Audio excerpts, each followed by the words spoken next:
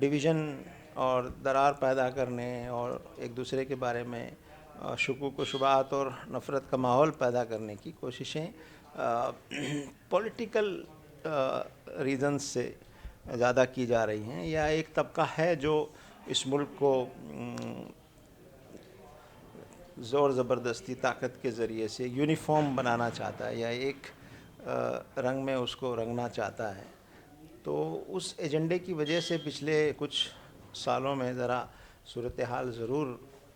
تشویشناک ہوئی ہے، لیکن الحمدللہ ہم یہ سمجھتے ہیں کہ جماعت کا کام شروع سے رہا ہے اور اب ان حالات کی وجہ سے جماعت نے اس پر اور زیادہ توجہ دی ہے، اور ہمارے لوگ بھی ہر سطح پر لوگوں سے ملنا اور دوسرے مذاہب کے لوگوں کو جمع کرنا، ان کے ساتھ مل کر کام کرنا اور کمیونیکیشن اور دھارمک جن مورچہ جیسے فورم جگہ جگہ قائم کیے گئے ہیں، سدبھاونا منچ قائم کر کے لوکل سطح پر ماحول کو بہتر کرنے کی کوششیں کی جا رہی ہیں. تو اس پہلو سے یہ خاص کوششیں الحمدللہ جماعت اسلامی ہند کر رہی ہے اور اس کے مثبت اثرات بھی ہم کو نظر آتے ہیں. اس میں یہ دیکھا جا رہا ہے کہ ایک سیریز آف ایکشنز ہیں، جیسے لو جہاد کا معاملہ ہوا یا ماب لنچنگ کا معاملہ ہوا، یونیفارم سول کوڈ ہے، مسجد کا مسئلہ ہے، بجٹ ابھی حال میں دیکھا گیا کہ 2000 کروڑ روپیہ گھٹا دیا گیا، حج کا پروسیس اب تک شروع نہیں ہوا ہے. ایک طرح سے ایک ماحول ایسا قائم کیا جا رہا ہے جیسے لگ رہا ہے کہ ایک سپریس ایک طبقے کو کیا جائے تاکہ جو میجورٹی ہے اس کو خوش کیا جائے. جماعت اس طرح کی چیزوں کو کس طرح سے دیکھتی ہے؟ دیکھیے، جو کچھ آپ نے بتایا ہے یقیناً یہ ہو رہا ہے، اور جو طاقتیں اور جو گروہ اس قسم کے ایجنڈا کو آزادی کے وقت سے ہی بڑھا رہے تھے، مگر چونکہ ان کے پاس پولیٹیکل پاور اس وقت نہیں تھی، اور اب وہ طاقتیں پولیٹیکل پاور میں آ گئی ہیں کئی اسٹیٹس میں اور مرکز میں، تو اب اس ایجنڈا کو بڑھانے میں مددگار ہو رہا ہے. دوسرا یہ کہ سوسائٹی میں جو غلط قسم کے لوگ ہیں، نفرت پھیلانے والے، قانون ہاتھ میں لینے والے، اور ان کو یہ لگ رہا ہے کہ اب ہماری حکومت آ گئی ہے اور اب ہمارے خلاف کوئی کارروائی نہیں ہوگی، اس لیے ان کے حوصلے بڑھ رہے ہیں. اور صحیح بھی ہے یہ بات کہ ایسی جہاں معاملات ہوتے ہیں موب لنچنگ کے اور دوسری طرح کی جو وائلنس ہوتی ہے، اس میں جیسی کارروائیاں ہونی چاہیے قانون کے مطابق ویسی کارروائیاں نہیں ہوتی، اور یہی ہماری بڑی تشویش ہے کہ حکومت کی یہ ذمہ داری ہے کہ وہ دستور کے مطابق کام کرے اور اس کی نگاہ میں سب لوگ برابر ہونے چاہیے. وہ نہ کسی کی طرفداری کرے نہ کسی کے خلاف کوئی چیز کرے. لیکن ہم یہ دیکھ رہے ہیں کہ اس وقت ملک میں پچھلے کچھ سالوں سے یہ پہلو بہت کمزور ہوا ہے، اور حکومتیں بھی یہ سمجھتی ہیں کہ کسی طرح سے ووٹ کیسے حاصل کیا جائے اور پاور میں اور سطح میں کیسے رہا جائے اور اس کو کیسے آگے تک بڑھایا جائے. تو اس میں اس مقصد کو حاصل کرنے کے لیے بھی اس طرح کے ایجنڈا کو آگے بڑھایا جا رہا ہے، جو ملک کے لیے بہت خطرناک ہے. ہم یہ سمجھتے ہیں کہ یہ ایجنڈا اور اس طرح کی کوششیں اور حکومت کا ایسے لوگوں کے خلاف کارروائی نہ کرنا جو نفرت بھری اسپیچز دے رہے ہیں، پارلیمنٹ میں بھی بول رہے ہیں لوگ، پارلیمنٹیرینز جو ہیں وہ ایسی نفرت کی زبان بول رہے ہیں، کوئی چیف منسٹر نفرت کی زبان بول رہا ہے، کنسٹیٹیوشنل پوسٹ پر بیٹھ کر لوگ ایسی چیزیں کر رہے ہیں. تو یہ جو ماحول بن رہا ہے وہ سمجھ رہے ہیں کہ اس سے کچھ پولیٹیکل فائدہ ہوگا اور ہو بھی رہا ہوگا، لیکن اس سے ملک کا بڑا نقصان ہو رہا ہے. اور جماعت اسلامی ہند یہ سمجھتی ہے کہ یہ بہت خطرناک ٹرینڈ ہے، اس کو روکا جانا چاہیے، اور اس کو روکنے کی ذمہ داری پورے 140 کروڑ عوام کی ہے. اور ہم ابھی بھی یہ مانتے ہیں کہ عوام کی ایک بڑی تعداد جو ہے وہ ان چیزوں کو پسند نہیں کرتی ہے، اور نفرت کے اور بٹوارے کے اس ایجنڈا کو وہ ٹھیک نہیں سمجھتی ہے، لیکن ایک بڑی خاموش آبادی خاموش ہے،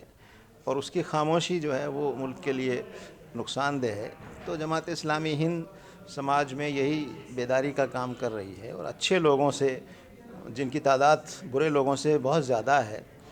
ان سے سمپرک بنا کر اچھے دھارمک لوگوں کو ایک ساتھ جمع کر کے، اور سماج میں کام کرنے والے جو سنجیدہ قسم کے لوگ ہیں، کارکن ہیں، ان سے رابطہ پیدا کر کے ہم اس ملک میں بڑھتے ہوئے اس خطرناک رجحان کو روکنا چاہتے ہیں. اور الحمدللہ ہم اپنی حد تک کوشش کر رہے ہیں، اور ہم اپنی ان کوششوں سے کے بارے میں مایوس نہیں ہیں. ہمیں امید ہے، ہم پر امید ہیں کہ یہ کوششیں ایک دن ضرور رنگ لائیں گی، اور یہ جو چیزیں نفرت کا ایجنڈا اور وائلنس اور خاص طور سے مسلمانوں کو نشانہ بنانے کی جو کوششیں ہیں، یہ بہت دیر تک نہیں چل سکتی، بہت دنوں تک نہیں چلائی جا سکتی. اس کا سیاسی فائدہ بھی بہت دیر تک نہیں اٹھایا جا سکتا. لیکن ملک کا اتنا بڑا نقصان اب تک ہو چکا ہے اور ہوگا آگے اگر اسی کو جاری رکھا گیا. تو جو ملک کی خیر خواہی چاہنے والے لوگ ہیں، ان کو آگے آ کر اپنی خاموشی توڑنی پڑے گی، اور سماج میں بیداری لانی پڑے گی. اور سماج کا جو دباؤ ہوتا ہے، اس سے حکومتیں بھی بدلتی ہیں، حکومتوں کی سوچ بدلتی ہے. تو ہم سمجھتے ہیں یہی ایک راستہ ہے. اگلے الیکشن میں نوجوانوں کا بہت بڑا رول ہونے جا رہا ہے، خاص طور سے ایسے وقت میں جب کہ سوشل میڈیا کام کر رہا ہے. ان دونوں محاذ پر آپ کس طرح سے کام کر رہے ہیں؟ دیکھیے، ہر الیکشن میں نوجوانوں کا رول ہوتا ہے، اور الیکشن ایک جمہوری ملک میں، ایک ڈیموکریسی اور لوکتنتر میں یہ ہر سٹیزن کی ذمہ داری ہے، ہر شہری کی یہ ذمہ داری ہے کہ وہ اپنے نمائندے چنتے وقت جو ہے وہ بہت احتیاط کے ساتھ اچھے لوگوں کو نمائندہ چنیں، جو اس ملک کو دستور کے مطابق چلا سکتے ہوں، جو اس ملک کے امن و امان کو مضبوط کر سکتے ہوں، جو اس ملک میں آپسی پریم اور محبت اور بھائی چارے کے ماحول کو بڑھائیں، اور جو حکومت میں آنے کے بعد سب کے لیے سوچیں، سب کے لیے برابر سوچیں، اور کسی کے ساتھ کوئی ناانصافی نہ ہو. ایسے لوگوں کو آگے بڑھانا چاہیے. مین اسٹریم میڈیا پر تو قبضہ ہوئے گی، اب سوشل میڈیا پر بھی شکنجہ کسا جا رہا ہے. ایسے میں آپ اپنی آواز کو کس میڈیا کے ذریعے لے جائیں گے؟ دیکھیے، میڈیا کا ایک بڑا حصہ اس وقت صحیح معنی میں اب نشپکش نہیں رہا، اور ایک بڑا حصہ جو ہے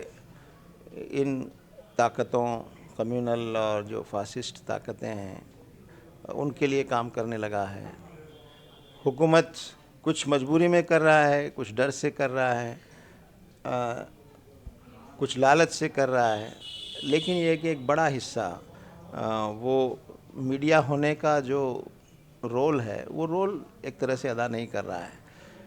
تو ظاہر ہے اس سے بھی ہم امید کریں گے کہ ان کا رول بھی بدلے گا، اور جو لوگ آج پاور میں ہیں وہ ہمیشہ پاور میں نہیں رہیں گے. تو میڈیا کا رول بدلے گا، لیکن اس وقت میڈیا پوری طرح پیسے سے کنٹرول ہو رہا ہے. کارپوریٹ اس کو کنٹرول کر رہا ہے، اور کارپوریٹ جو ہے وہ حکومت کو بھی ایک طرح سے کنٹرول کر رہا ہے. حکومت کی جو پالیسیز ہیں، حکومت کے جو اقدام ہیں، اس میں بھی صاف نظر آ رہا ہے کہ عام جنتا کا خیال رکھنے کے بجائے وہ ان بڑے کارپوریٹ گھرانوں کا، لوگوں کا خیال زیادہ رکھ رہے ہیں. تو یقیناً اس وقت ابھی بہت چھوٹا میڈیا ایسا ہے، مین اسٹریم میڈیا میں بھی ایسا نہیں ہے کہ پورا میڈیا جو ہے وہ سرنڈر ہو گیا ہے، لیکن ابھی ہیں لوگ جو میدان میں ڈٹے ہوئے ہیں، جو سچ کی بات کہہ رہے ہیں، لیکن ان کی تعداد اب کم ہوتی جا رہی ہے، کم رہ گئی ہے. لیکن سوشل میڈیا ایک پاورفل ٹول ہے، اور اس کے ذریعے سے لوگ اپنی بات کہہ سکتے ہیں. چھوٹے چھوٹے نیوز پورٹلز اور ڈیجیٹل میڈیا یہ کافی بڑی تعداد میں آ گئے ہیں. یقیناً ان طاقتوں نے بھی سوشل میڈیا میں اپنے کافی چیزیں کھڑی کی ہیں، مگر اس کے باوجود کم سے کم سوشل میڈیا کے ذریعے لوگوں تک بات پہنچ رہی ہے. اور تو میں سمجھتا ہوں کہ اس سوشل میڈیا میں جو اچھے سوشل میڈیا ہاؤسز ہیں ان کی تائید ہونی چاہیے، ان کی حوصلہ افزائی ہونی چاہیے اور ان کو سپورٹ کیا جانا چاہیے تاکہ جو دبی ہوئی آوازیں ہیں اور جو صحیح آوازیں ہیں وہ سامنے آ سکیں۔ منسٹری آف مائنورٹی افیئرس کا بجٹ لگ بھگ 2000 کروڑ روپیہ کاٹ دیا گیا پچھلے سال کے مقابلے میں۔ سرکار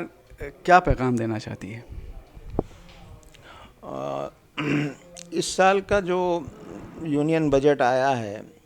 اس کا ہم نے جائزہ لیا ہے اور اس کے مختلف پہلوؤں پر نظر ڈالنے کی کوشش کی ہے۔ اس میں کون سے پہلو ہم کو امید افزا یا اچھے یا پازیٹیو نظر آتے ہیں اس کو بھی دیکھنے کی کوشش کی ہے۔ ایک تو یہ کہ انکم ٹیکس میں ریلیف دیا گیا ہے کچھ لوگوں کو، پینشنرز کے لیے کچھ خاص چیزیں کہی گئی ہیں اور سرکاری خرچ گھٹانے کی کوشش کی گئی ہے کہ جو ریونیو اور ٹیکس اور خرچ میں جو فرق تھا اس کو کم کرنے کی کوشش بھی ہوئی ہے۔ لیکن ہم یہ دیکھ رہے ہیں کہ اوورآل جو بجٹ ہے اس میں جو عام لوگوں کے لیے جو چیزیں ہوا کرتی تھیں اور عام لوگوں کو فائدہ پہنچانے والی جو اسکیمیں ہیں اور جو سبسڈیز ہیں ان کو دھیرے دھیرے کم کیا جا رہا ہے اور اس مرتبہ کافی کم کیا گیا۔ مثلاً رورل ایمپلائمنٹ کی جو اسکیم منریگا کے نام سے تھی اس کے بجٹ کو 33% سلیش کر دیا گیا، کم کر دیا گیا، جس سے بڑی تعداد میں غریب رورل اور گاؤں کے لوگوں کو روزگار کا ایک ذریعہ تھا، یہ کئی گھر چلتے تھے اس سے۔ اسی طرح کھانے کی چیزوں پر، فوڈ میں اور فرٹیلائزر میں، پیٹرولیم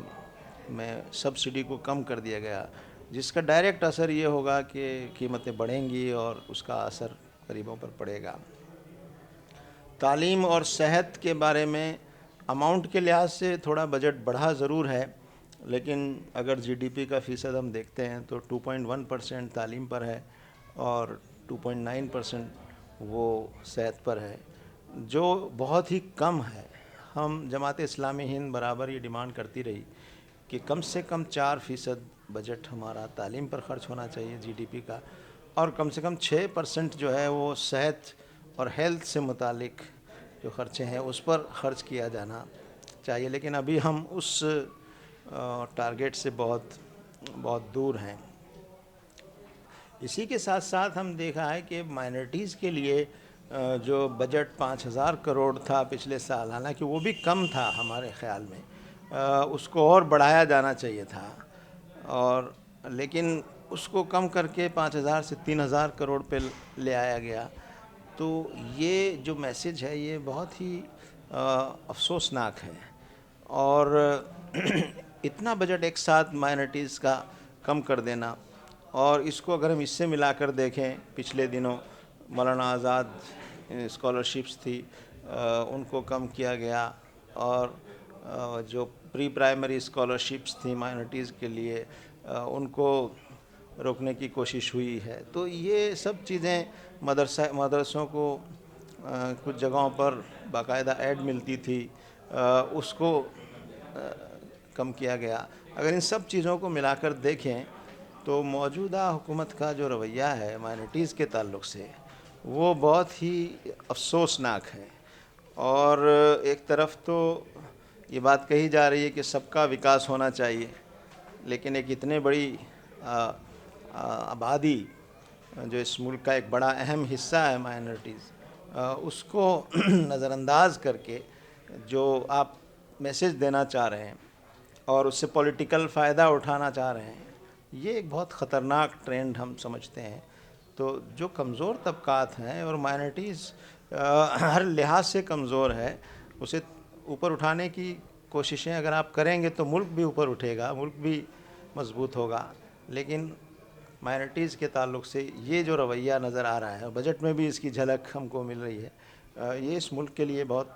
خطرناک ہے۔